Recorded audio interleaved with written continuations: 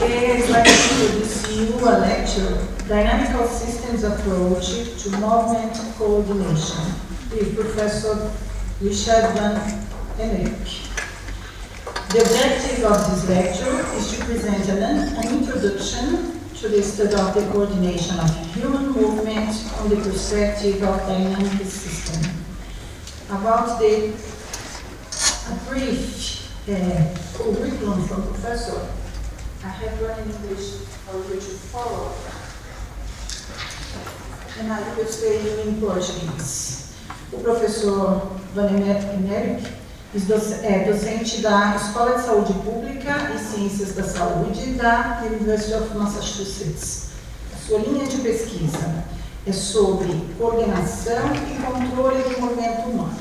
O foco principal é a estabilidade e adaptabilidade do movimento humano e o papel da variabilidade no controle motor de uma perspectiva de sistemas não lineares e complexos. Um foco particular da sua pesquisa está na perda de estabilidade e quedas em indivíduos mais velhos e pessoas com distúrbios de movimento, como doença de Parkinson, esclerose múltipla. E atualmente tem trabalhado com os efeitos da carga no desempenho perceptivo motor em soldados.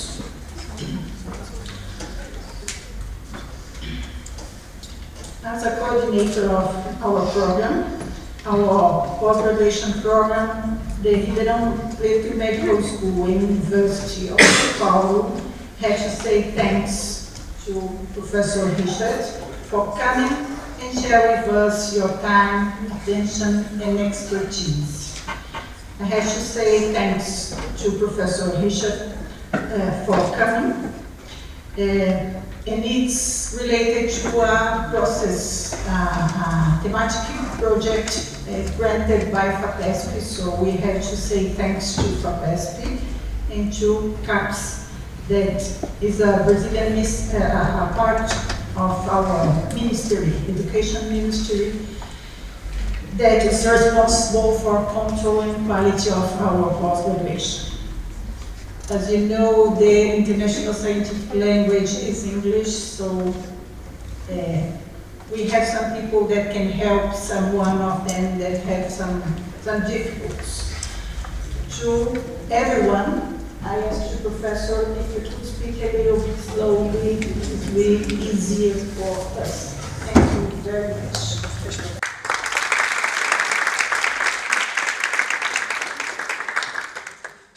Thank you, Professor, for this very kind introduction and warm welcome. I've been truly enjoying my stay here in Brazil. You people are very warm and welcoming. I've had very, very good food. So it will be very hard to go back to Massachusetts. Not that they don't have good food, but it's not as good as it is in Brazil. And also love your coffee, because you got great coffee. So lots of good things. And again, thank you for inviting me. It's very exciting to be here. Again, this is the second time in the university. So what I'd like to do, and I will try to go slow, so I don't know if I can get through all my slides, because I understand we need to be finished before 2 o'clock. Yes. Yeah. We'll see how far we get, and that's fine.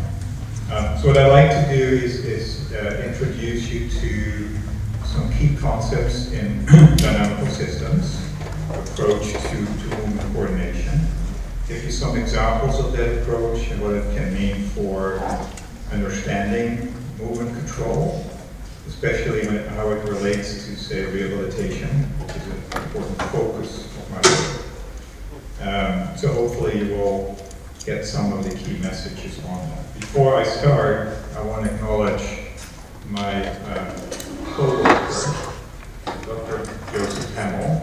Dr. Hemmel and myself have been doing joint research for a long, long time,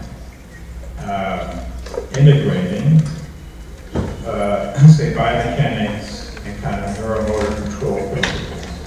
I think very successfully, because a true understanding of movement, especially human movement coordination, required the integration of neuromotor control and biomechanics. And our different backgrounds, mine is more neuromotor control, Dr. Hamill in biomechanics, especially related to lower extremity function during walking and running, the effects of different orthopedic injuries on that. That has been a good integration. So my work focuses on both postural control and locomotion.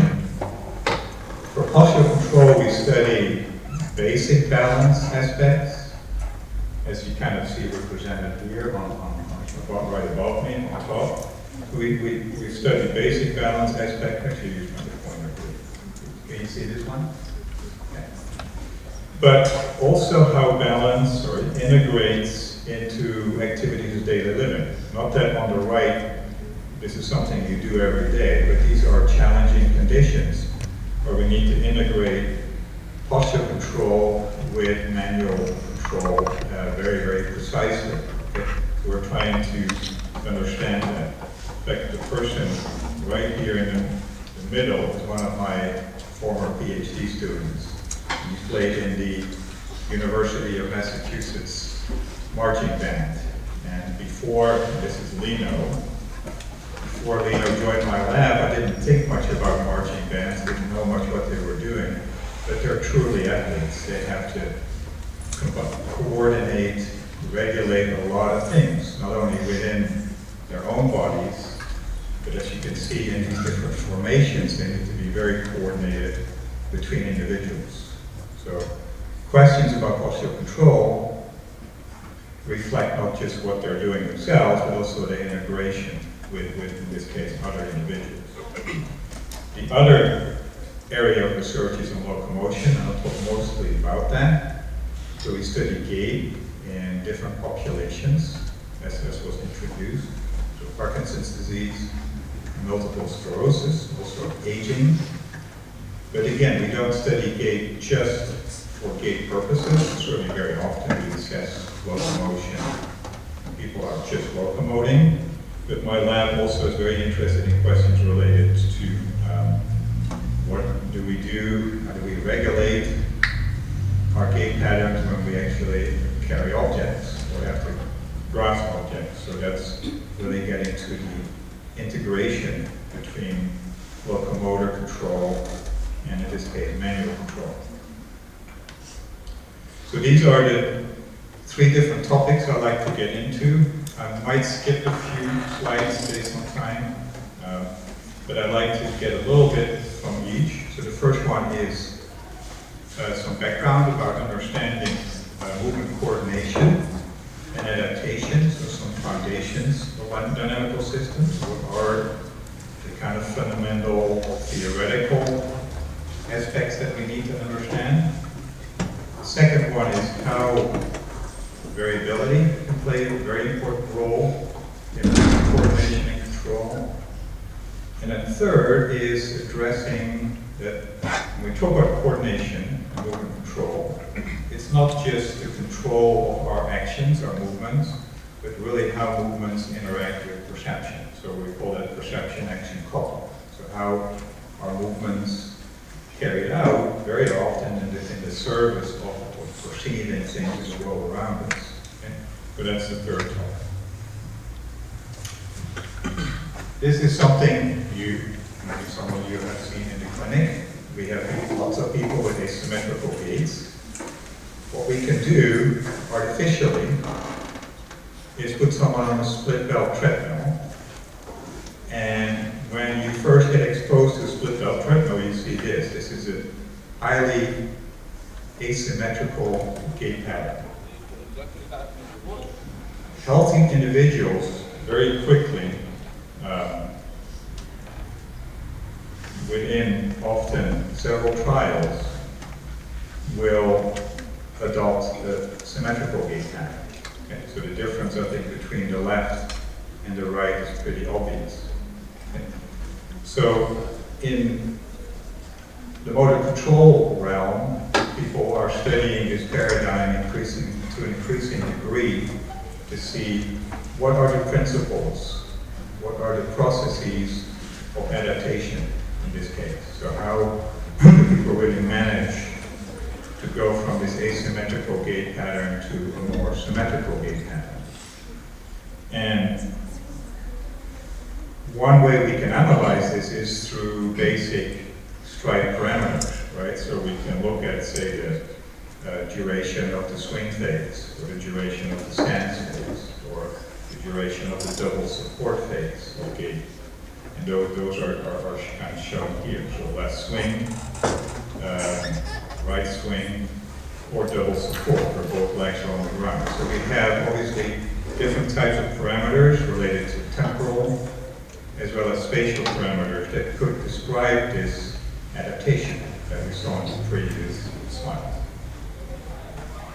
And what we see in a lot of the research, and this is just an example of that, if we look at, say, aging, and this is the slide here, represents that. If we look at aging or disease-related changes, then the typical finding is that, in this case, comparing, say, younger, which are the lighter lines, it might be a bit hard to see, but this is where my arrow is, with the darker lines that are the older individuals, the darker lines is the younger individuals, and the lighter lines is the older individuals, that the variability of these stride parameters is typically higher in older individuals. As you can see here, that's observed in the stride times and the temporal parameter. It's observed in the step length, the spatial parameter, and in the step width, another spatial parameter. So typically we have identified these parameters or use these parameters to show differences in gait, in this case gait variability. But they might not be sufficient to characterize gait, because certainly that change in the stride parameters is probably the result of underlying changes in the coordination. So how is the coordination pattern, say, reflecting, say, the interactions between the legs or within the limb, or between the legs and the trunk, or between the arms and the legs? How is that coordination altered when we say look at aging or disease?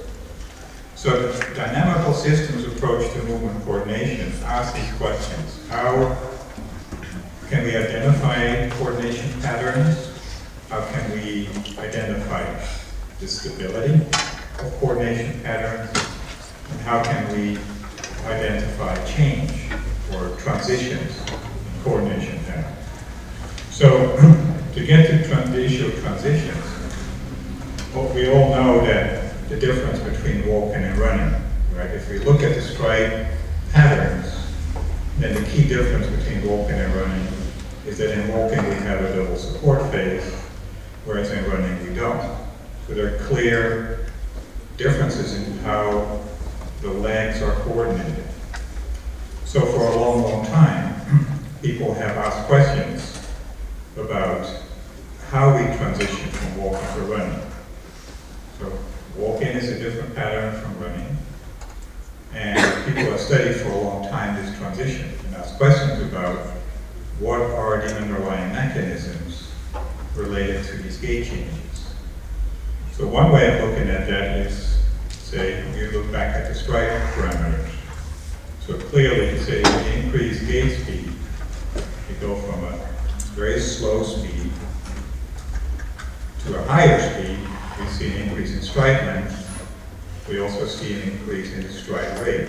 So this would be the stepping frequency or the stride frequency.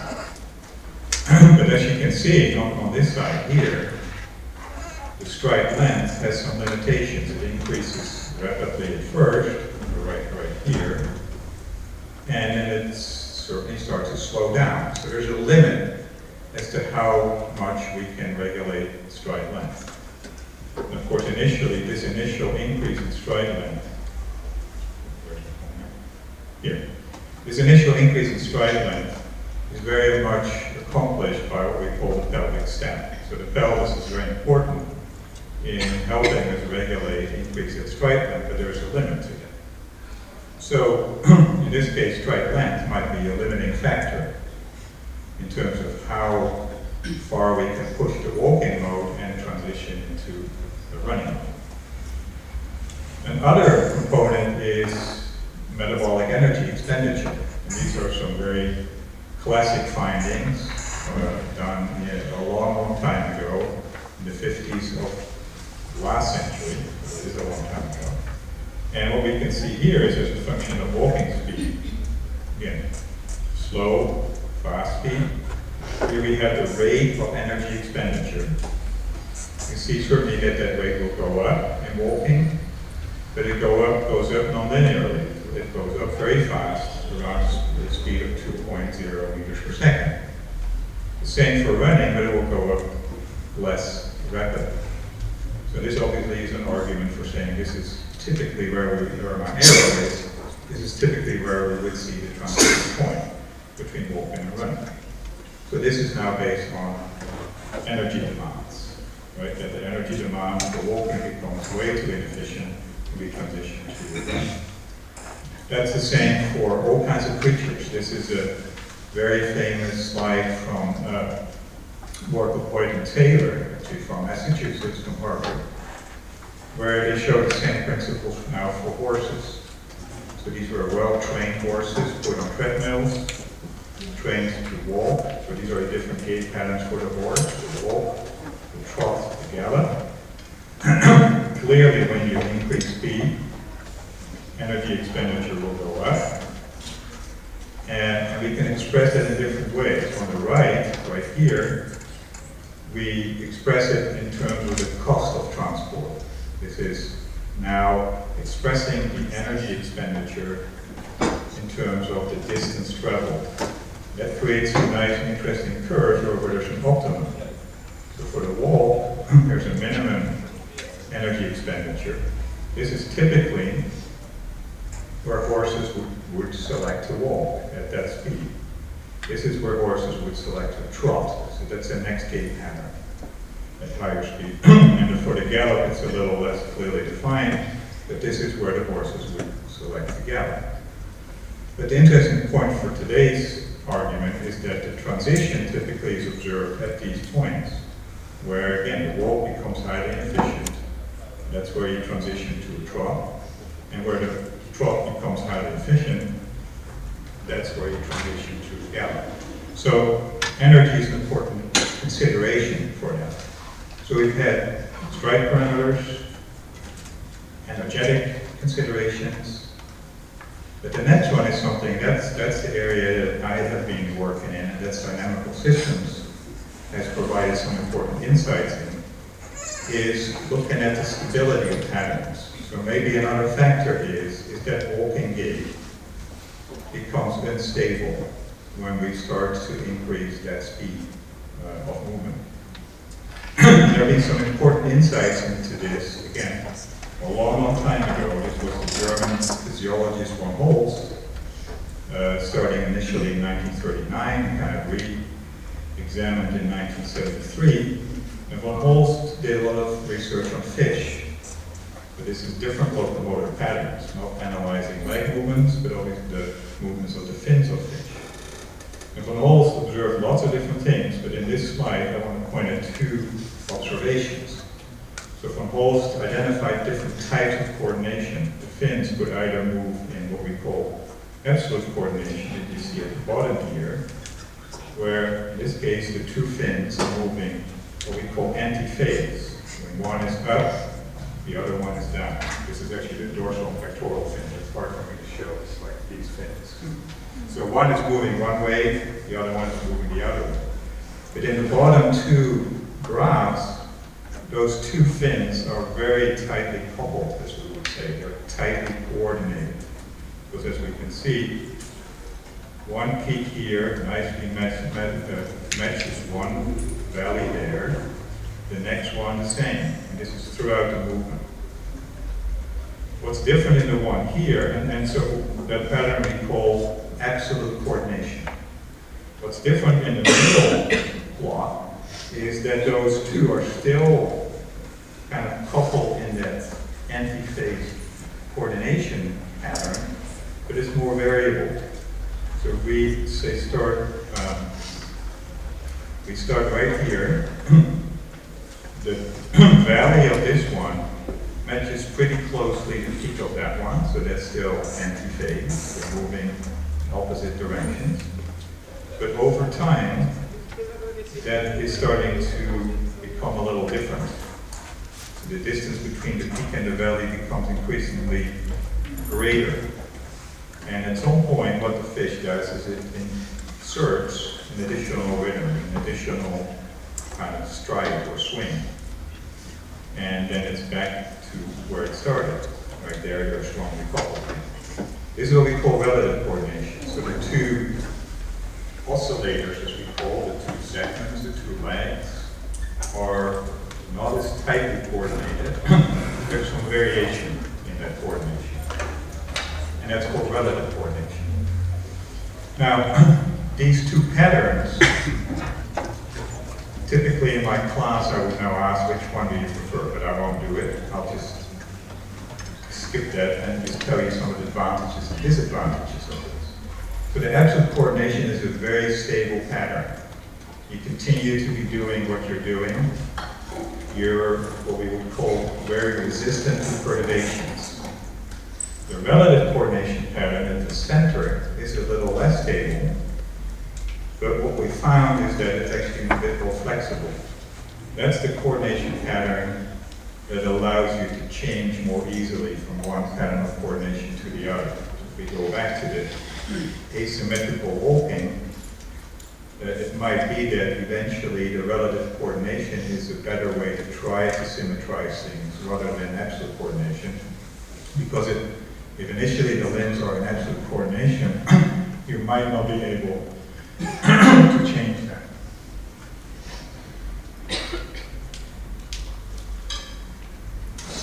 So, in order to understand these principles, or these different patterns, we need to introduce a few concepts, and one is called the order parameter. An order parameter identifies the coordination pattern. So in the previous example, the fins are moving anti-phase, so they're moving in opposite direction. They could also move in the same direction, this is in phase. So that's what we call the coordination pattern. And in dynamical systems terms, we call that order parameter. So that describes the nature of the coordination pattern. Another very important concept is that of the control parameter. The control parameter is able to take the system through different coordination patterns. It is able, it allows us to possibly observe different states of coordination and when we transition potentially from one state to another. So that's what the control parameter does. Another very important concept, I'll show you an example of that in dynamical systems, is that of hysteresis. And hysteresis is the notion that the type of coordination pattern that you observe might be dependent on how you were changing or manipulating that control parameter. Okay? That sounds pretty abstract at this point. Let's go through. This is a prototypical example in dynamical systems where we can demonstrate these concepts. So I don't think maybe some of the grad students have done this before. This is an experiment that's called Kelso in the United States, designed a long time ago, using this to really just build some of the fundamental aspects of dynamical systems. So if you oscillate your index fingers first this way, these are like the fins from Von Holtz, they're moving anti-phase. And this is, in the image here, you can do it this way, or you can do it this way. So they start moving anti-phase, that's what we see here. So the solid line, one line is the left finger, the other one the right finger. Just like the fins from Von Holtz, they're moving in opposite direction. But what we're doing along, so that the phase relation is the order parameter. What we're doing here, along the horizontal axis, is change speed. We start anti-phase, and continuously increase the speed, the frequency of oscillation, and at some point the system switches to in phase. This is like the phase transition from walking to running, but in a simpler system. So we can see that in different ways here. Here they're still moving in phase, and anti-phase, and here they're switching to an in-phase mode. The solid line and the dashed line are perfectly matched now, so they're moving in the same direction.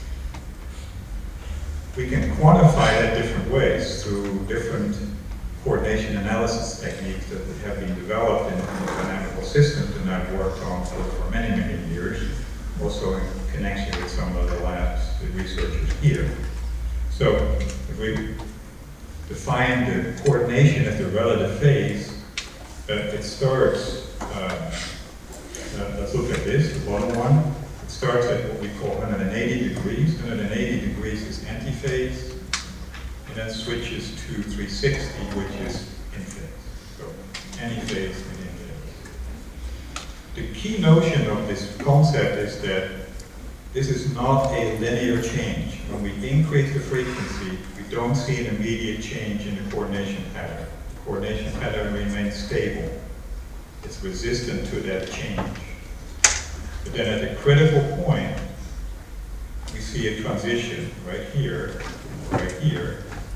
to the in-phase mode. So this is what we call a nonlinear phase transition. You're pushing the system for a long time, it remains stable, and then it switches to the new mode. So now this is the third component of say, walk-to-run transition related to the stability of the pattern. And what we found is that the anti-phase mode at low frequencies is a stable coordination pattern. But when we increase the frequency at some critical point, that pattern becomes unstable and it switches to an in-phase mode. Now we can express that in kind of a bit of a qualitative way. So if you look at this slide, the ball here, we call this a ball, has two minima. So it means at some point when the frequency is low, as where my arrow is, I have two stable states, anti-phase and in-phase, which is in this case 0. That means at the bottom of the well is stable. If the red ball would be pushed, it's likely to come back to where it was in the beginning. When we now increase the frequency for a long time, that state remains the same. The frequency is increased along this, going down here. At some critical point, the anti-phase ball, or the valley, disappears, and all I'm left with is one valley that is reflected in the in-phase mode. So at higher frequency, I only have one stable system, one stable state. At lower frequencies, I have two stable states. So this is the dynamical systems argument for stability as a very key feature of movement transitions. Related to the notion of stability is that is of variability. What is needed in order to change from one stable state to the next, we need to have variations in the system. And you can nicely see that here. If we look at, there we are. If we look, there's always some variability, but right close to the transition point, that variability increases and becomes the greatest before we switch to the next mode. Variability actually is a very key aspect, in this case, in allowing phase transitions to occur. If the pattern is too stable or extremely stable, we're not going to be able to observe that. But the other key notion here is that the control parameter is a very essential element of this phase transition. And we've seen this in many examples. So on the left, you see how a healthy subject will transition. So in this case, this is, so we manipulate frequency. There we go. So frequency is low, coordination is anti-phase, stays anti-phase for a long time, and then switches to 0, which is in phase. And in pink here, we have the variability. Just before the transition, that antiphase pattern becomes unstable, allowing us to change to in-phase. This is what happens in a Parkinson's disease patient, the same procedure. We ask them to start moving the fingers antiphase, increase frequency, and they never are able to produce a stable pattern. There's no stable coordination pattern. The variability is typically high, and this is kind of a nice indication of the inability of a Parkinson patient, in terms of this case, in terms of manual control, to maintain A, a stable pattern, but B, to show transitions between patterns. And of course, that's a very common feature of Parkinson's disease, the inability very often to change patterns. A key example is very often Parkinson patients have trouble initiating gait, going from, say, standing to walking. So these are nice paradigms to not only investigate that, but potentially to change things. One aspect of dynamical systems in this approach is that because of the relevance of the control parameter, we can also see that the nature of the coordination pattern that you can observe depends on how you are changing the control parameter. And again, the nicest example would be in going from the walk to run. So this is kind of schematic. If we start walking, we increase speed, follow the black arrow, the solid line. At some critical speed, we switch to running. We keep increasing the speed, we're still running. If we're again going back down in speed, so we now reduce speed, follow the dashed line, that transition does not happen at the same speed. It typically happens at a lower speed. This region, that is in my arrow right there, is what we call the hysteresis region. Here we can observe different gait patterns depending on how I was changing the coordination. Certainly for rehabilitation, that could be very important. And we have applied that over time to try to see if we can influence patients' gait patterns through these kind of manipulations. So here's one example. Lots of information on this slide. The key message is, so this is what we call a frequency spectrum of the arm movement during walking at a very slow speed. It's 0.2 meters per second. That's almost standing, but people are moving forward.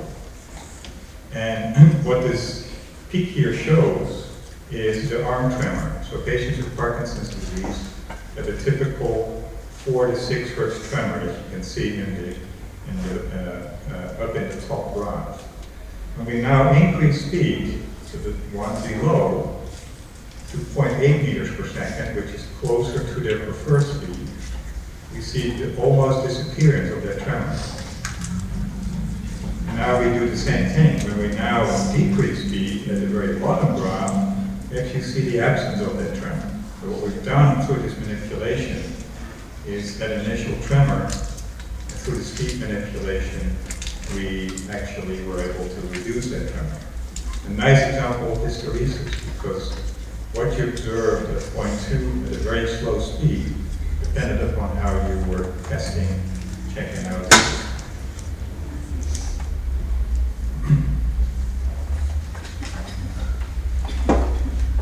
Okay, I think that, so we should stop before 2, right? So another like 10 minutes, 15 minutes.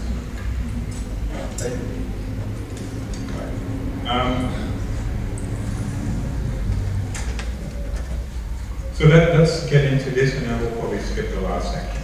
So that a little bit more of the theoretical background. A lot of the work in this domain was inspired by research from the Russian physiologist Nikolai Bernstein. And Bernstein, I could spend the whole class talking about Bernstein. Bernstein was a Russian physiologist, biomechanist, neuroscientist, who grew up in Russia and started doing research before the Russian Revolution. Was very successful. But at some point his research was going against the Russian doctrine. Even so, the Russian state, certainly after the revolution, dictated that Pavlov's research, which is reflex-based, was the research orientation. Anyone arguing against that would not be able to do research. And Bernstein did, because he was proposing what we call the physiology of activity. So not of reactivity, but of active control. And so for a longest time, Bernstein couldn't do his research, or was certainly hampered or hindered in doing his research. That's always an interesting thing to say. These days, as researchers, we can't imagine that we can't do our research. Maybe there are many problems, but no one is telling us we can't do our research. So Bernstein was instrumental in designing and coming up with concepts related to coordination. So he defined coordination as mastering the redundant degrees of freedom in a moving order and making it into a controllable system. He had very important things to say about how coordination develops, because he designed kind of 3 stages. At an initial stage of coordination, we freeze degrees of freedom. Degrees of freedom could be seen at the level of the joints, the level of the muscles, the level of the motor units. The second stage would be releasing those degrees of freedom, introducing variation in the system.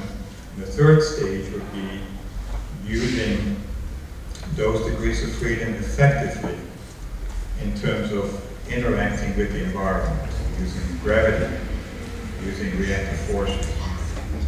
So that was Bernstein's proposition. We've seen, so some of my early research as a young student was in this domain, showing clear evidence that that's what happens during learning. But we can also use that concept going the other way. Now we say we have a healthy system that is mature and has developed well-coordinated movement patterns. How could we sense, or what are some of the signatures of a degradation in those movement patterns? And that's what you see here.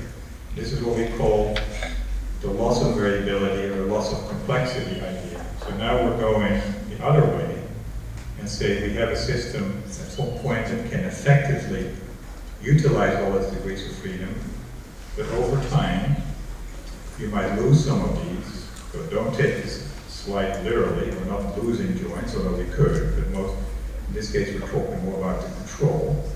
Kind of you're losing control over certain parts of the body. And what we propose is that reduction in degrees of freedom is associated with a loss of variability. That there's not enough variation in the system to be able to effectively control it. And that eventually that can lead to, if we look at the function of the system, would be gate function. That then gate function slowly starts to deteriorate until it reaches a threshold where maybe someone becomes wheelchair bound or will exhibit a lot of falls. But this is the opposite kind of perspective from the original Bernstein perspective. So one key question is, at what level of the system should we evaluate this variability that I just indicated? Right, so at the middle ground. So if we say there's a reduction in that variability, at what level is that occurring? Now, we already saw in one of the first slides, a lot of people have analyzed that at the level of the stride parameters, which kind of is what we would say we call the output level. I think most of us will agree that if you test a patient for walking consistency, they're very irregular, they show a lot of variability, that might be a reflection of their pathology or their gait problem. But is that also the case for variability at the joint or segmental level? And that might not be the case. So this is the slide I showed before. So typically variability is increased when we look at someone who is aging, and especially when we're looking at those who are older and falling. But if we look at another component in the system, and this is some of our earliest work on Parkinson's disease, we have a totally different story. So what, in many years ago, we're interested in, so some of our earliest work on coordination is not just looking at the stride parameters, but looking at essential gait function. And for proper gait and certainly adaptations to increases in gait speed, we need to show adjustments in how the pelvis and the thorax are coordinated. So what you see here is at low walking speed, to follow the red line, the coordination between the pelvis and the thorax is in phase, just like doing similar analysis to the work of long hauls on fish. But now we're looking at in-phase movement. So low speeds, pelvis and thorax kind of move in phase. In English, we say you kind of walk like a duck. So yeah, there's no relative motion between your pelvis and your thorax. In order to increase gait speed, follow the red line, you need to start moving them more out of phase or anti-phase. And that's exactly what you would control subjects do. And when you decrease speed, we'll see a reduction again to in-phase. The blue is a Parkinson's disease patient. This was a recently diagnosed patient, so they were not far advanced. They were able to walk at a pretty decently high speed, about 1.2 meters per second. That's a reasonable speed. But they were not able to change their coordination pattern. Coordination pattern, in other words, was very, very stable or rigid. In this case, the rigid or stable coordination pattern is not a good thing, because it prevented them from changing that coordination between the pelvis and the trunk in response to gait speed. Maintaining that in-phase pattern certainly can have some consequences for gait stability. And one way to analyze that further is to look at the variability of that coordination pattern. So what you see here is the exact same data, but now we look at how variable is that coordination pattern from stride to stride. And what we nicely show here is that the control shows greater variability than the Parkinson's disease patients. It's the opposite to the stride parameter. So a totally opposite story and pattern.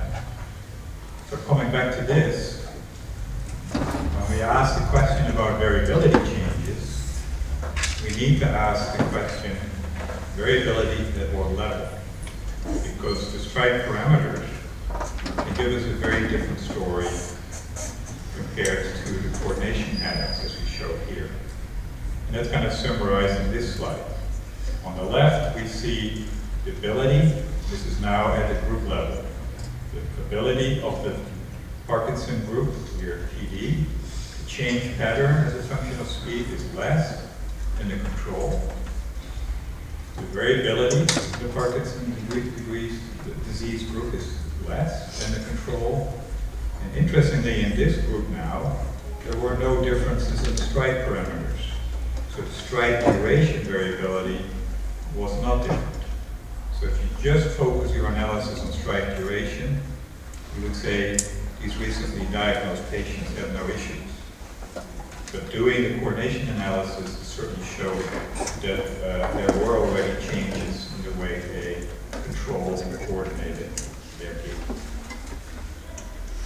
I think we could, should we stop here? I have certainly more things, but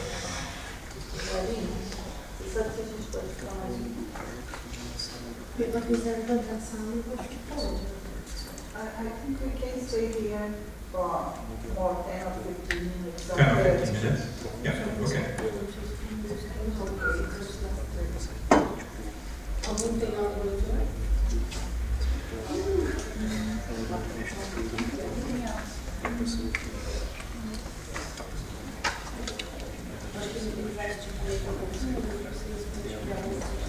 Some of the students have to go out. Yeah. But we can stay here. Okay. Okay. Well, then I'll start my third topic, and that is, so far we have focused primarily just on the coordination and control. So what I want to do on the third one is look at coordination and control now in the function also of perception, integrating perception and action. So another very key concept is that in research, we should not focus simply on how movements are controlled, but how are movements integrated with perceptual components and elements. The argument is that we move very often in order to proceed. We don't move just to move. And clearly we move in order to go from A to B, but a lot of our movements are in the function and in the context of being able to proceed, to get information from the environment.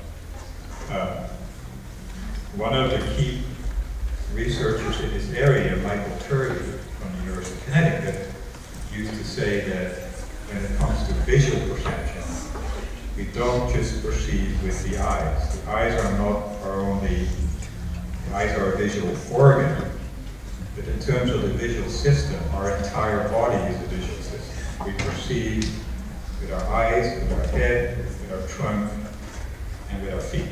We move our body in order to proceed. So these things are intricately related.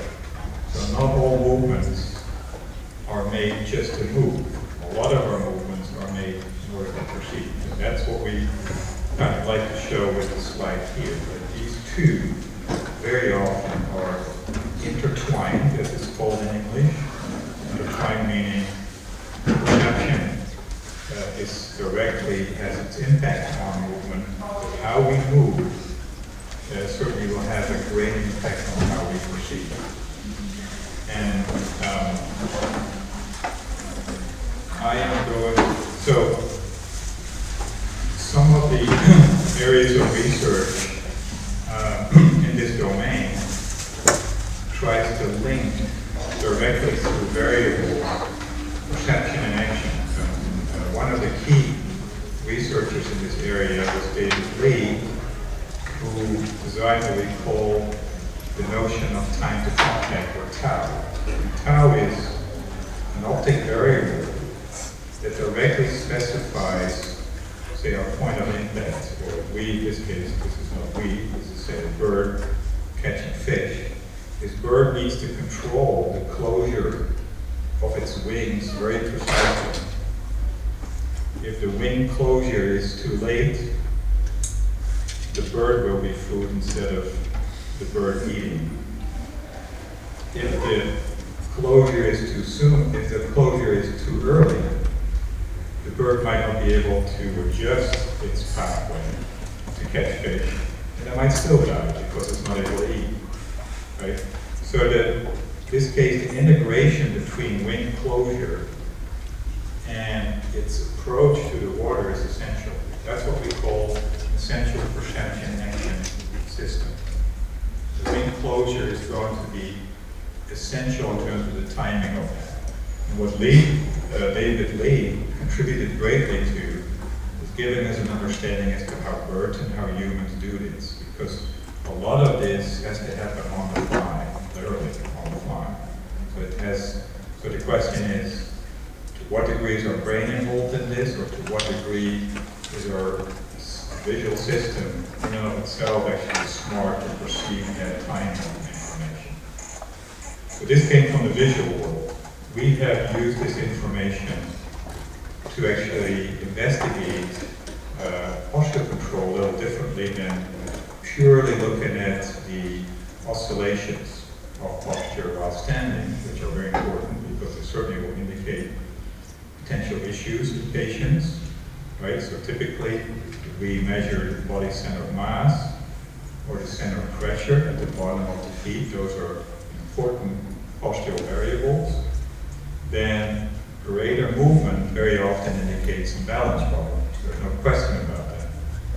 But what we've been interested in is how do people perceive where they are in terms of their emotion of the center of mass in relation to their boundaries of support, their stability boundaries. So now we have some, and this concept is derived from David Lee's work with the diving gannets, with the birds. So how can we assess people's postural control in relation to their boundaries of support? And we call that measured time to contact, or TTC.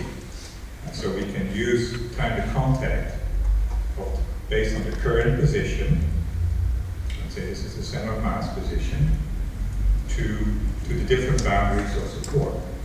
This is an example of a perception action system, because now you're not just looking at controlling the position of the center of mass, but you're controlling it in relation to something else. It's kind of a relational variable.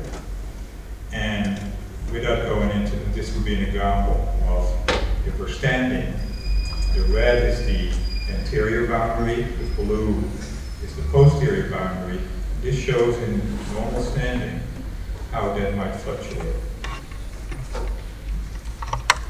So this slide now shows a very interesting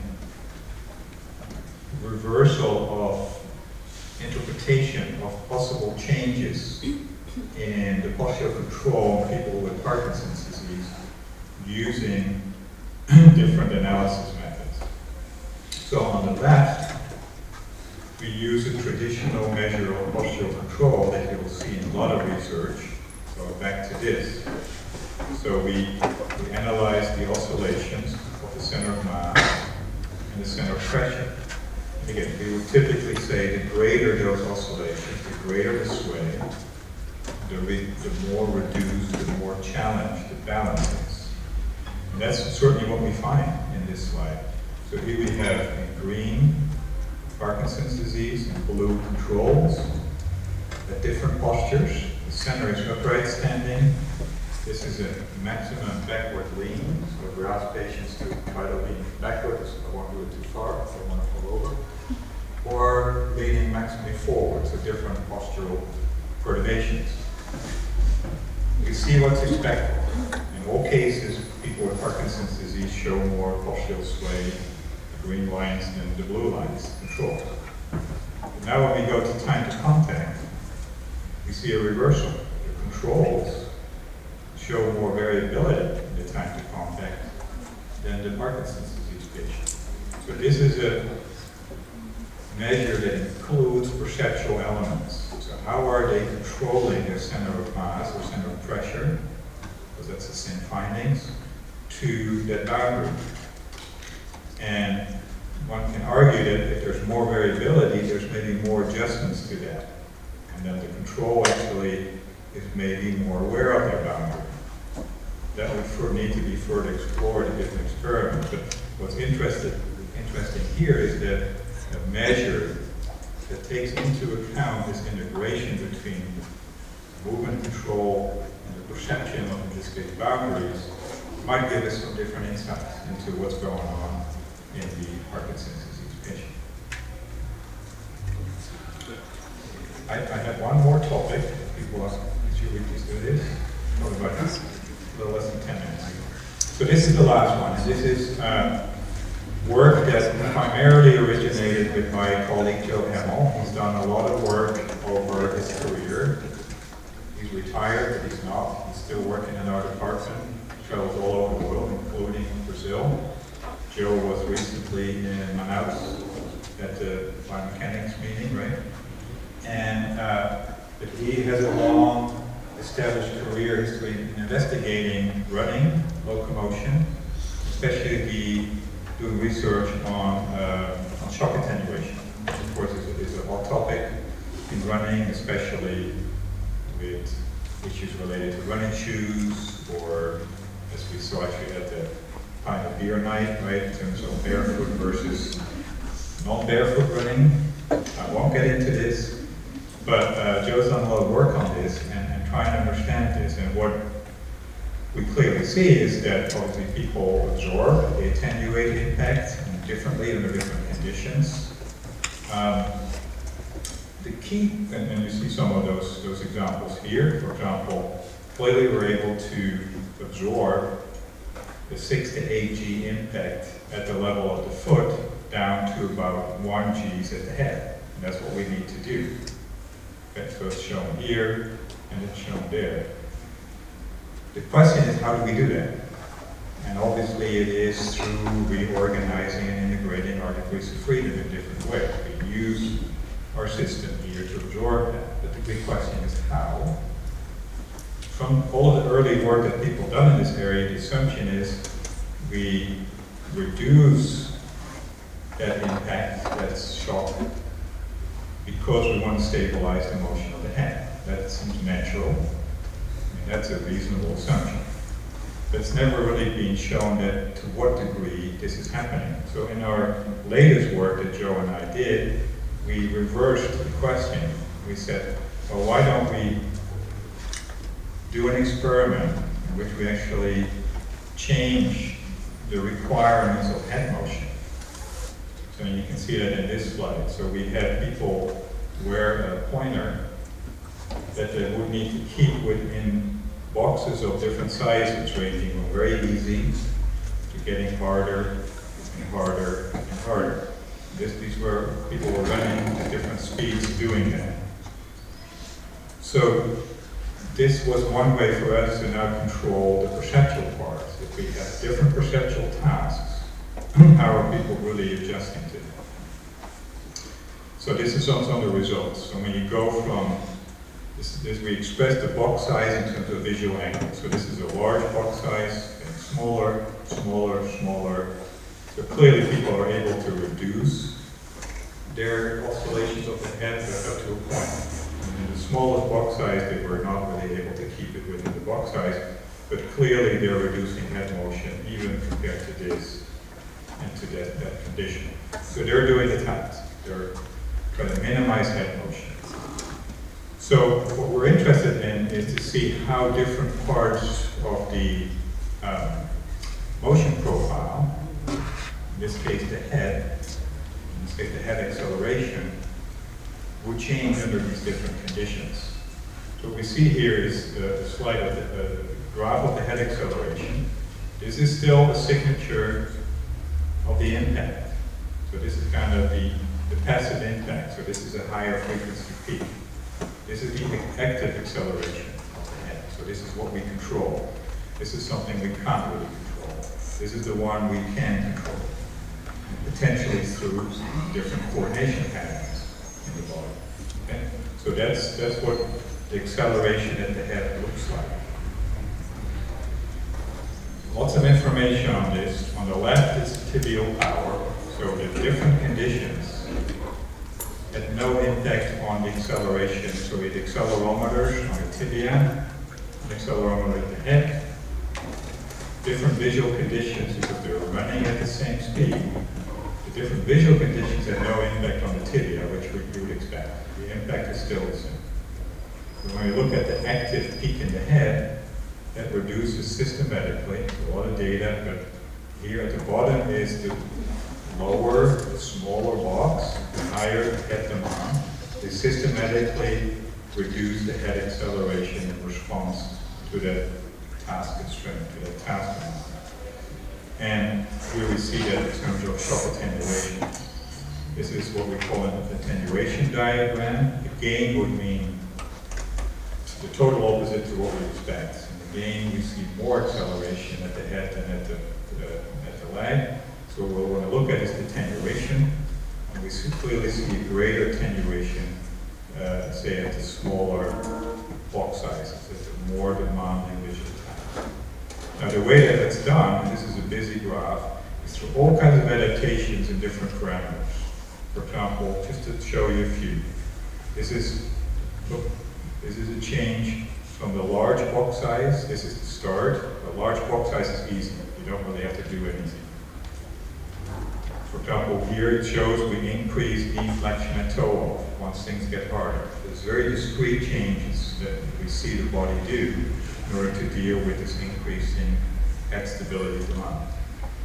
So what's most interesting is that in doing a coordination analysis, as I've shown you before in some of the Parkinson's work, I'll skip this one, you see some very distinct changes in the coordination in distinct phases of the gait cycle. This is the percent stance. And we see that in the second phase of stance, we see a dramatic change, in this case, in the coordination between the knee and ankle, as we see here, but also a little bit before mid-stance. So there's some clear changes in how we coordinate the body in order to maintain that head stability. So that's a nice example of inducing variations, inducing changes in how the segments are coupled in order to maintain a consistent output, which in this case is head motion. And of course the argument is we need to keep consistent head motion because that allows for stable locomotion, in this case stable running. Okay, that's kind of the story for today, so I hope you got a little bit from the English here in terms of understanding some of the concepts in movement, coordination, and control. The role of variability in this, the importance of analyzing it at different levels of the system, and also the importance of linking these coordination changes to perceptual aspects. And that's what kind of the last part demonstrates. So thank you very much for your attention.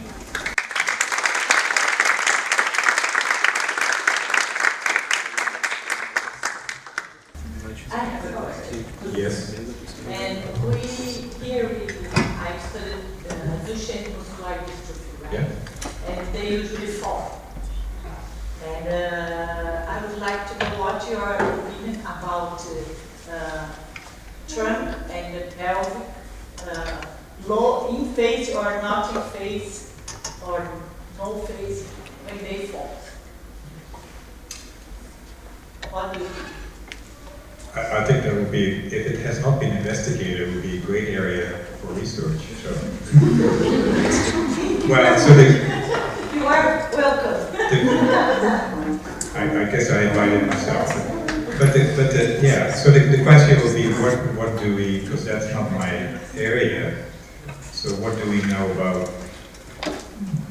What does the prior research shows in terms of the parameters or what makes, say, and I don't know if you have patients with Duchenne who will fall or don't fall, but how, so in other words, have people done movement analysis to compare them to controls? I would think yes, but maybe not.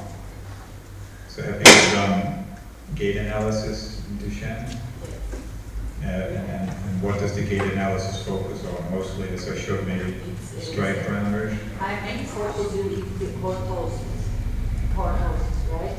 And we don't see, now we don't study the pelvic, the trunk, Yeah. right? We just study the lower limb. Yeah. But you are trying to introduce something related with the upper and the trunk, and it could be interesting to see what happens, because when they use the orthosis, they reduce they usually tell us that they reduce the fall. Yeah. And it's interesting. Yeah. Using the orthosis and without the orthosis, no. And see how, it would be very interesting to see how it affects the entire coordination pattern, including the trunk, because it's a big part of our body and it's important. Yeah. I mean, and very often, as I showed in the last experiment, so I do a lot of work on people with MS, multiple sclerosis, and they don't necessarily have the trunk, or you don't see changes at the trunk, but their whole body, so because they have sensory loss at the feet. So they have to compensate for it by looking more down at their feet when they walk. So now it links perception to movement. So that it's not that they have something like in Parkinson's disease intrinsically in terms of the rigidity that makes them walk like this. They walk like this because they really want to make sure where they're going.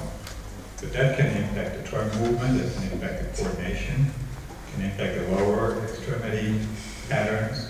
So that's why it's interesting to look at all of these relations. But that's often, of course, more challenging because it's not as easy to do all of it and focus on one thing.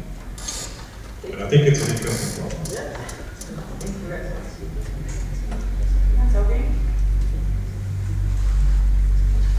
Okay. Thank you again. Very, very much for coming for your lecture. And if anyone wants to talk with him, please stay here till next week. To next Wednesday. Okay, till next Wednesday on the labs you can find. Thank you very much.